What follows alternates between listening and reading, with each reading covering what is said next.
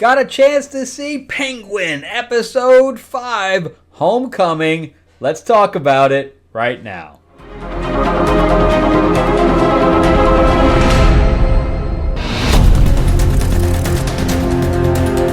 Welcome back to the channel, everyone. Thank you so much for spending time with me as we rant about movies, comic books, and television shows, as well as the occasional board game.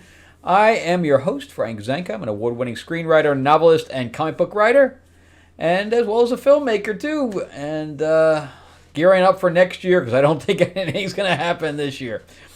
All right, so let's talk about comics real quick, because, yep, we are talking about Lords of LA. I just put the order in for this cover. This is the second one. This is the first one. I have a few different covers of this one left. I do sign them. This is my vampire mob set in 1950s Hollywood. It's a really good story and plenty of vampire action and stuff like that. So we have some really good artwork in there. Marilyn Monroe is in there, stuff like that. If you want one, let me know. Just put a request in the comments section, and I'll get your address, and we'll figure out all the rest. All right, plus, we are only down to like a week left. I think it's like less than 10 days for Mythlords Classic Monsters card game, just in time for Halloween. Play as your favorite classic monster with artwork by Marvel and DC cover artist Mark Spears. And we also have a Dark Oz expansion, and it comes with little figures and stuff like that, Frankenstein, etc. All right, so go to mythlords.net or check out the link in the description below, and you'll get over there. But yeah, only a few days left here, so jump in while you can. All right, so let's talk about Homecoming. The newest episode. There's only 3 episodes left, I believe, for the Penguin. And I have been enjoying the Penguin. I think it's a little bit Sopranos, and I kind of like it. I wish they leaned into Batman a little bit more, at least to give us the sense that it isn't just the Sopranos, that there is a vigilante out there kind of doing stuff, but we don't ever get any kind of reference. And I think that's kind of a missed opportunity. But Helen Shaver again comes back to direct. I think she's a decent director, although I don't think the directing here was as good as it was in the previous episode. There was some stuff with the music soundtrack that I just didn't think matched. You know, it was just a couple of odd choices in this episode that I was like kind of tilting my head on. Written by Brianna Gibson and Shay Agbana. Brianna has very little writing credits, so I assume that they're just in the writer's room. But once again, we have Colin Farrell and Kristen Milioti that knock it out of the park with these characters. They really get these characters. They're pouring their heart and soul into it, and I appreciate it a great deal of watching them. Clancy Brown returns. And this is very interesting. I am going to go into spoilers here, so if you haven't watched the episode, you might want to come back. So this is like the repercussions of what happened in the previous episode, where we have Penguin torching his own car because they just got away. Of course, we know that Sophia knows everything about what Oz has been planning. But Oz has another trick up his sleeve because he wants the mushrooms from the other family, from the Baroni family. And he sets up a meet with them, and because he has abducted one of the kids. So that was pretty cool because he was had the headphones on the whole time. And in the background, you just see everybody dying, and he doesn't even have a clue. But anyway, they grab him, and I'm going to have to call some bullshit on some of this in a second.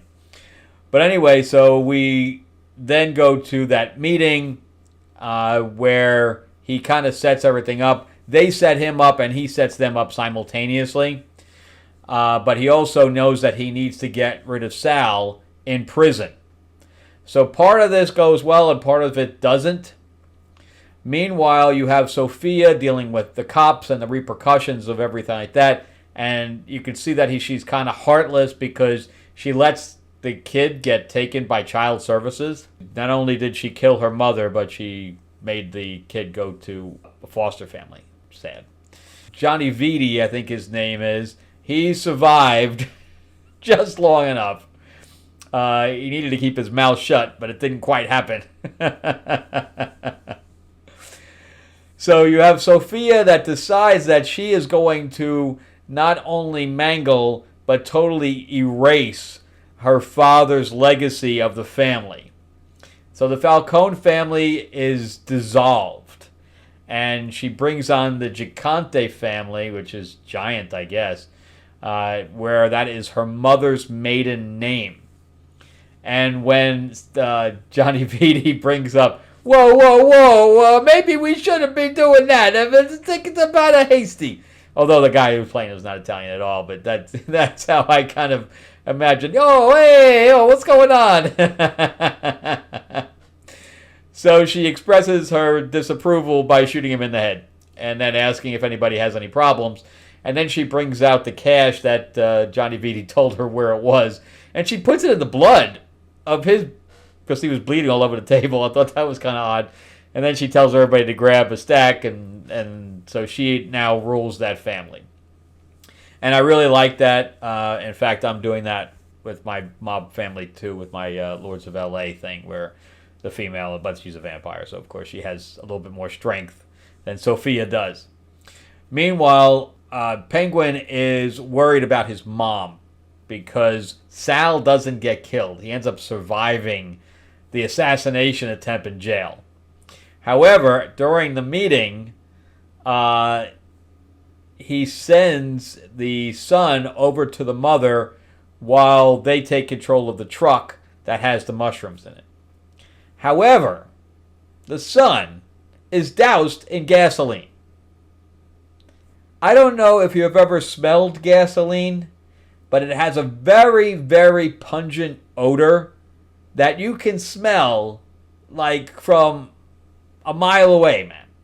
I mean, if there's gasoline in the room, you can smell it. I mean, when I was doing, PA work for films, sometimes I had to go get gas, and sometimes it splashed because I'd fill it all the way up. And I would get like just a couple of drops in my car, and I would need a gas mask. So I have to call bullshit on that. As soon as the son got close to the mother, she would be able to smell it. Meanwhile, she's hugging him and everything like that. Although it was a cool scene, but I got to call bullshit from the writers, not making the mother that stupid. So, or that unobservant, or just having no nostrils at all. I don't know what the fuck. But anyway, he torches both of them, which was a pretty cool scene. So I guess we give up logic to get a cool scene, I guess. I don't know. But I thought that was all pretty cool. And I like how the director, because I watched the behind-the-scenes stuff, I like how the director was thinking about this, where she put a steady cam on all the stuff with the Falcones because she wanted to show Sophia in control. However, everything with Penguin, she had handheld to show it's a little bit out of control. I kind of like that idea. The scene with the mother was very, very odd. They go into the slum area, and that's where they try to protect the mom. The mom's just a very odd character. I understand what they're trying to do. They're trying to make the mom responsible for what happened, what Penguin's psyche looks like right now. And we can all understand that. But it's just her character's weird. He snuggles up with her, spoons her. It's very, very strange. I would never be spooning my mom, sorry. And she even tells him to get off. It's just weird. So at the end, they need to find a new base of operations that's, because Eve betrays him. He's pretty much alone, except for a couple of his guys. So he goes into the old kind of like subway. It's like a trolley station with trolley tracks that haven't been used. And he goes in there and they make a new operation. I thought it was pretty funny that the light shorts out after. Of course, he turns the generator on. The generator just has gas in it. That gas probably would have evaporated, I would think. But whatever. Another one we have to, just go with the flow on. But I do like that. In fact, I was thinking is that something that Batman uses is that, it would be great to actually see Batman at least jump up here in at least one of these episodes, so give us something, man. But overall, it was a really good episode, and we have Sophia team up with Sal, so the two families are now teaming up, even though it's a different family now because it's the Gigante family, and that's how she kind of puts it. So yeah, good stuff. And then you have the Doctor team up with him. I think the Doctor's a little insane anyway, but we'll see. I kind of like everything that's going on. I think the acting is phenomenal. I think the directing for the most part is pretty good, even though I questioned some of it. And a director should have come up with something different on that gasoline thing. I would not have shot that the way it was shot. I would have had to come up with something, because in the back of my head, it's all I was thinking about is that the gasoline just didn't work. All right, well, that's it for me. Thank you guys so much for watching. I greatly appreciate it. I'm going to give this particular episode a 7.5 out of 10. It was not my favorite, although this sets up a lot of good things.